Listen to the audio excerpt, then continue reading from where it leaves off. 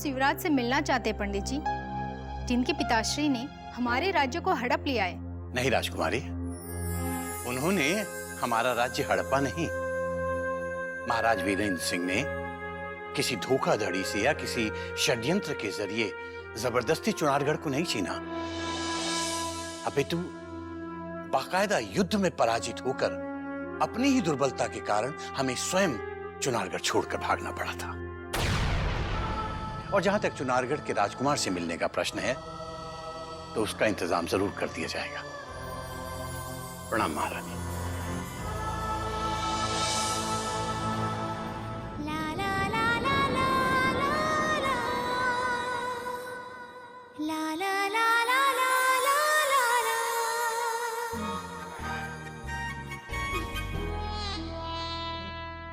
पंडित जी, पंडित जी,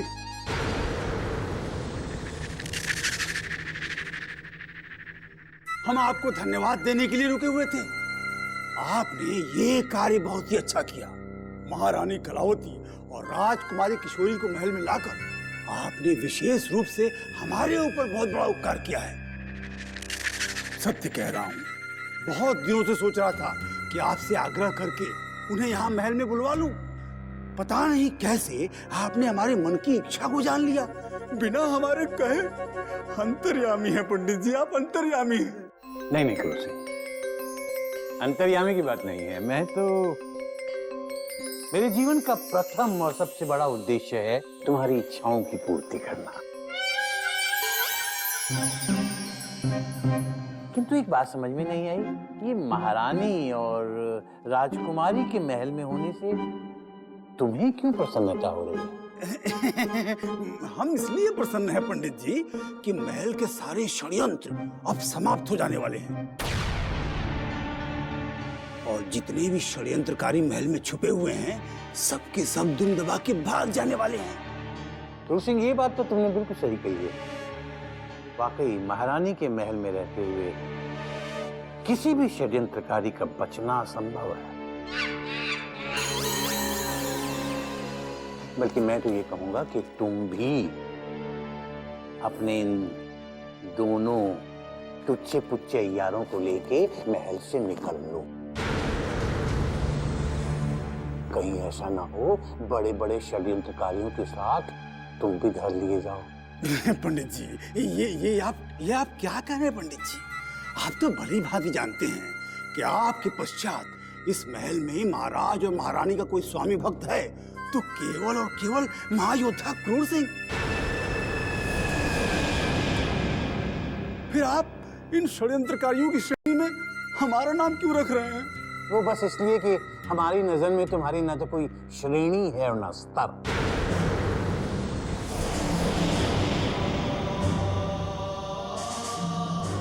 और एक बात, अतिथि युवराज से तुम दूर रहना,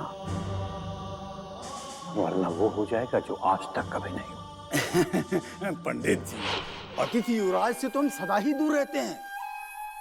वो क्या है कि एक बार हमने उनकी सुरक्षा का प्रबंध कर दिया, उसके बाद हम निश्चिंत जो हो गए हैं। अच्छा? अतिथि युवराज की सुरक्षा का प्रबंध तुमने किया था? पंडित जी, अभी तो हमने संभलपुर से महायोद्धा सोमनाथ को बुलाकर उनकी सुरक्षा के लिए नियुक्त कर दिया है, परंतु आपकी अनुपस्थिति में उनका सारा सुरक्षा कार्यभार हम ही तो संभाल रहे थे। आज पता चला तुम कितने महान और कितने समझदार योद्धा हो। अब हम जब ये वाली बात सोमनाथ को बताएंगे कि तुम्ही ने उन्हें युवराज की सुरक्षा का भार सौंपा था, तो वो कितना खुश होगा। पंडित जी, इसकी क्या आवश्यकता है? आप तो जानते ही हैं कि हमारा स्वभाव है कि जब हम किसी पर उपकार करते हैं तो तत्काल ही भूल भी जाते हैं। अपना सिद्धांत है, नेकी कर दरिया में डाल। अपनी सामर्थ्य और अपनी शक्ति से कहीं कहीं ज्यादा बोलते हो तुम। अगर तुम्हारी ये बात आज सोमनाथ सुन ली होती तो अब तक तुम्हारा ये सूअर के बालों जैसा सर तुम्हारे धड़ से अलग हो चुका होता।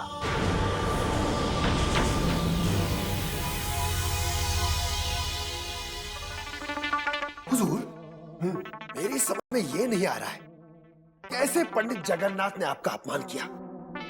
अरे रे रे रे, ये भी कोई इज्जत? अरे हुजूर, अगर आपकी इज्जत का लिहाज नहीं होता ना तो यहीं खड़े खड़े उन्हें जन्नत में भेज देता। अभी ज्यादा दूर नहीं गए होंगे। अगर आपका हुक्म हो जाए तो उनकी गर्दन काट के लाऊं हुजूर? गर्दन काट के लाऊं हुजूर? खामोश! पंडित जगन्नाथ से हमारी शत्रुता है, तुम्हारी नहीं। इसीलिए उचित अवसर आने पर पंडित जगन्नाथ का शीश उसके धड़ से हम अलग करेंगे, हम। महारानी कलावती और राजकुमारी किशोरी की हर गतिविधि पर हमें कड़ी दृष्टि रखनी होगी और इसके साथ साथ हमें पंडित जगन्नाथ से भी चौकन्ना रहना होगा, क्योंकि किसी नए संकल्प के साथ उनका महल में आगमन हुआ है। सोमनाथ,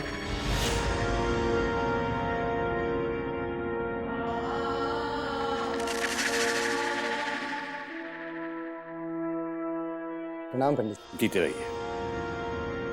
आप यहाँ हमारे कक्ष में, यदि आपने हमें संदेशा भिजवा दिया होता तो हम स्वयं आपके कक्ष में आ जाते। एक ही बात है सोमनाथ, मैं इधर से गुजर रहा था, मैंने सोचा खुद ही तुमसे मिलता चलूं। दरअसल मुझे अतिथि युवराज की बहुत चिंता है।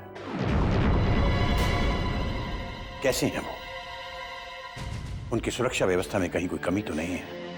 युवराज इंद्रजीत सिंह की सुरक्षा की कमान अब हमारे हाथों में है पंडित जी, आप चिंता मत कीजिए। युवराज हमारी सेवा और सुरक्षा व्यवस्था से संतुष्ट हैं। हमें तुमसे यही उम्मीद थी। युवराज की सुरक्षा का भार तुम्हें सौंपकर हम घर में छुपे उन षड्यंत्रकारियों की तरफ से चिंता मुक्त हो गए हैं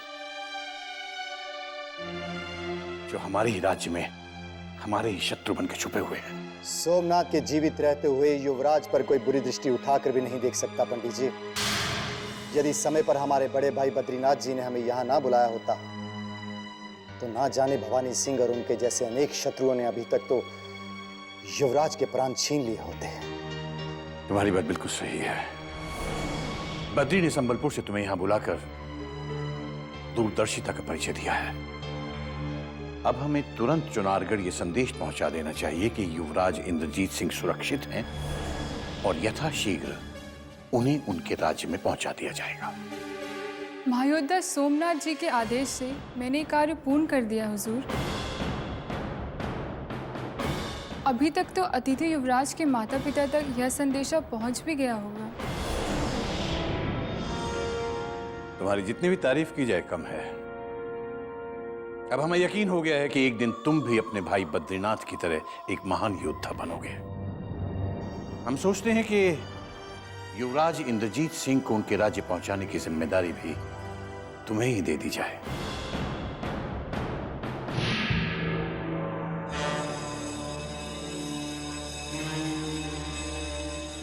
मायाजाल, क्यों आए हो तुम सब यहाँ? मुझे अकेला छोड़ दो। अब मैं किसी से मिलना नहीं चाहती। मुझे फांसी दे दो। मैं किसी और की नहीं, केवल मृत्यु की प्रतीक्षा कर रही हूँ। हम किसी निर्दोष व्यक्ति को फांसी के फंदे पर झूलते नहीं देख सकते मायाजाल, क्योंकि चंडीलाल के कारण तुमने हमारे कारागार में बहुत कष्ट उठाए हैं, जिसका हमें सदा दुख रहेगा। अचानक मायाजाल से तुम्हें इतनी हमदर्दी क्यों हो गई? और मायाजाल राजद्रोही से निर्दोष कैसे बन गई? समय समय की बात है मायाजाल।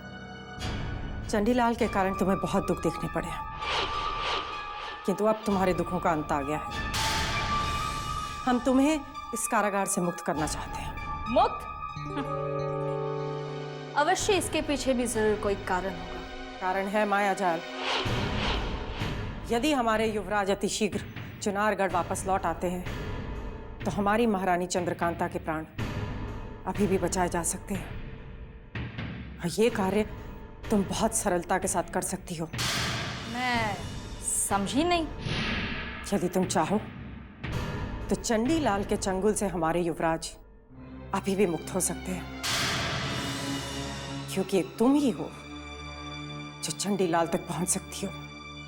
और उन्हें समझा सकती हो कि महाराज वीरेंद्र सिंह के साथ हुए उनके मतभेदों का दंड वो उनके युवराज को ना दे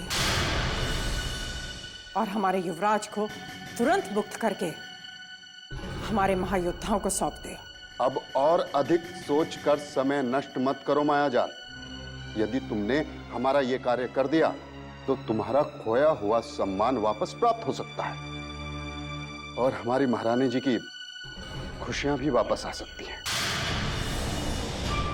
एक स्त्री होने के नाते मैं महारानी जी की पीड़ा समझ रही हूँ, परंतु शिवगढ़ जाकर गुरुदेव से मिलना इतना सरल नहीं जितना कि तुम समझ रही हो। परंतु ये भी सत्य है मायाजाल कि अब तुम्हारे सिवा चंडीलाल तक पहुंचना किसी और के लिए इतना सरल कार्य नहीं है। इसलिए हम तुरंत तुम्हें इस कारागार से मुक्त करते हैं, क्योंकि तुम चंडीलाल तक पहुंचकर हमारी खोई खुशियां हमें वापस लौटा सकती हो। हमारे हाथों चुनारगढ़ के युवराज इंद्रजीत सिंह को छीनकर मुक्त करा देने की योजना बनाने के लिए पंडित जगन्नाथ महारानी कलावती और राजकुमारी किशोरी को शिवगढ़ के महल में लेकर आए। किंतु पंडित जगन्नाथ युवराज इंद्रजीत सिंह को भवानी सिंह के हाथों से छुड़ाने के लिए भवानी सिंह की बराबरी का योद्धा कहां से लाएंगे, जो शिवगढ़ में मिलना असंभव है। अब तो कुछ भी संभव हो सकता है भवानी सिंह, क्योंकि महाराज की अनुपस्थिति में महारानी कलावती और सोमनाथ का समर्थन प्राप्त करके पंडित जगन्नाथ हमारी किसी भी चाल को पलटने की क्षमता रखते हैं। परंतु समझ में नहीं आता कि महाराज शिवदत्त के न आने का क्या कारण हो सकता है। वो तो महाराज के लौटने के पश्चात ही पता चलेगा चंडीलाल। किंतु तुम इतनी उत्सुकता से महाराज की प्रतीक्षा क्यों कर रहे हो? यदि महाराज शीघ्र लौट भी आए तो भी तुम्हारे हाथ कुछ नहीं लगेगा, क्योंकि महारानी के रहते युवराज को ढाल बनाकर अपना लक्ष्य पूर्ण करना अब संभव नहीं है चंडीलाल। चंडी का लक्ष्य पूर्ण नहीं हुआ तो तुम्हारा लक्ष्य भी अधूरा रह जाएगा भवानी सिंह। और इसीलिए यदि हम महाराज की प्रतीक्षा में अपना समय नष्ट करते रहे तो चुनारगढ़ के महायोद्धा छोटे युवराज की तरह बड़े युवराज को भी मुक्त करा ले जाने में सफल हो जाएंगे और हम हाथ मलते रह जाएंगे। हाथ मलते हम नहीं, तुम रह जाओगे चंडीलाल, क्योंकि शिवगढ़ के महल में कोई उड़ता हुआ परिंदा भी युवराज तक नहीं पहुंच सकता, जिसके जीवन और मृत्यु की डोर आज भी हमारे हाथों में है।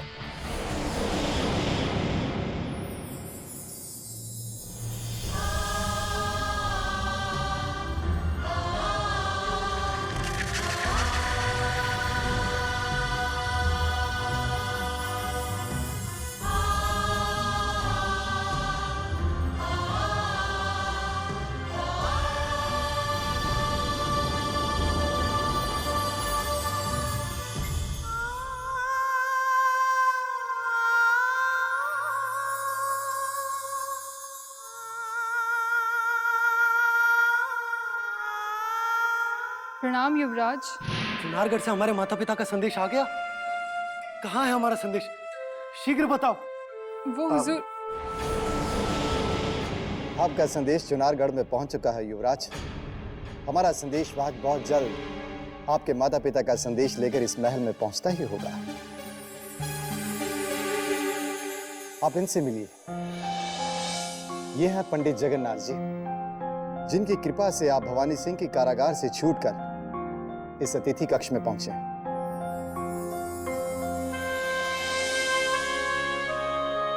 आप हैं पंडित जगन्नाथ। हमारे पिताश्री सदैव आपकी नीतियों और आपके आदर्शों की प्रशंसा किया करते थे, परंतु आपके महायोद्धाओं ने हमें बंदी बनाकर जो तुच्छ कार्य किया है, हमने वो कभी नहीं सोचा था। युवराज, धूर्त चंडीलाल के जाल में फंसकर हमारे महायोद्धा भवानी सिंह अपनी राह से भटक गए थे और इसके लिए हमें जिंदगी भर पछतावा रहेगा। परंतु उस धूर्त चंडीलाल को शरण भी तो आप ही ने दी थी, फिर उससे ज्यादा दोषी तो आप हुए। युवराज, पंडित जी के सामने महाराज शिवदत्त भी इस तरह बात नहीं करते जिस तरह आप कर रहे हैं। ये आप मत भूलिए कि शिवगढ़ के वरिष्ठ और आदरणीय व्यक्ति के सामने आप खड़े हैं। सोमनाथ,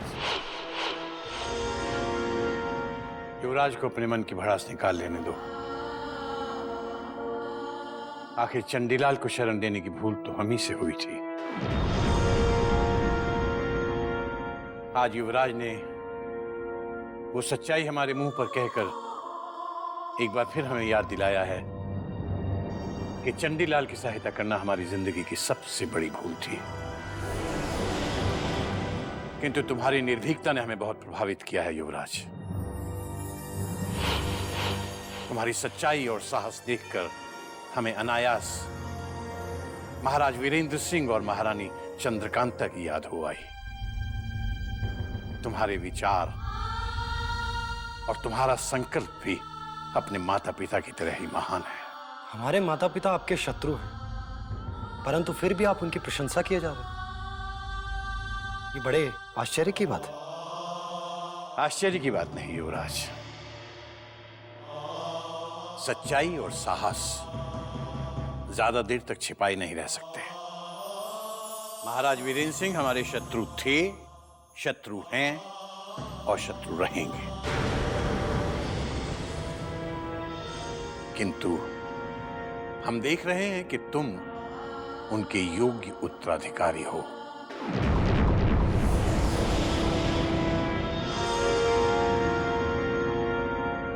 अतिथि युवराज को महाराज शिवदेव के आने तक कोई कष्ट न हो मृणालिनी, इस बात का विशेष ध्यान रखना।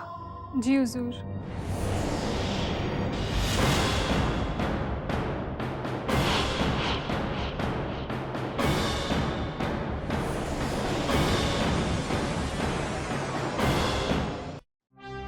अतिथि युवराज ने आपसे ऊंचे स्वर में बात करके हमारी क्रोध की अग्नि को भड़का दिया है पंडित जी। यदि भविष्य में युवराज ने ऐसी भूल फिर से की तो हम ये भूल जाएंगे कि वो हमारा राज अतिथि है। नहीं सोमनाथ, उस निर्दोष बालक को दोष मत दो। हमें नहीं लगता कि उसने हमारे साथ कोई भी अनुचित व्यवहार किया है। तुम्हें भी अपने मन में उसके लिए कोई दुष्भावना नहीं लानी चाहिए। प्रणाम काकाश्री, प्रणाम काकाश्री। प्रणाम दादाश्री, प्रणाम दादाश्री।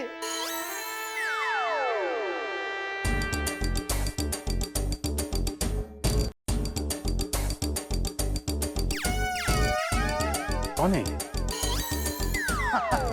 आप इतने आश्चर्य में क्यों पड़ गए पंडित जी? ये दोनों आप ही के तो पुत्र हैं। हमारे पुत्र? वैसे तो इन दोनों को इस संसार में लाने का श्रेय हमको जाता है, परंतु हम आपको अपने पिता तुल्य मानते हैं, इस नाते आप दादाश्री हो गए ना। चलो उठो उठो उठो उठो पुत्रों, उठो उठो उठो। भीम बलवान उठो, जल्दी उठो। अपना सुंदर सुंदर मुख अपने दादाश्री और काकाश्री को दिखाओ।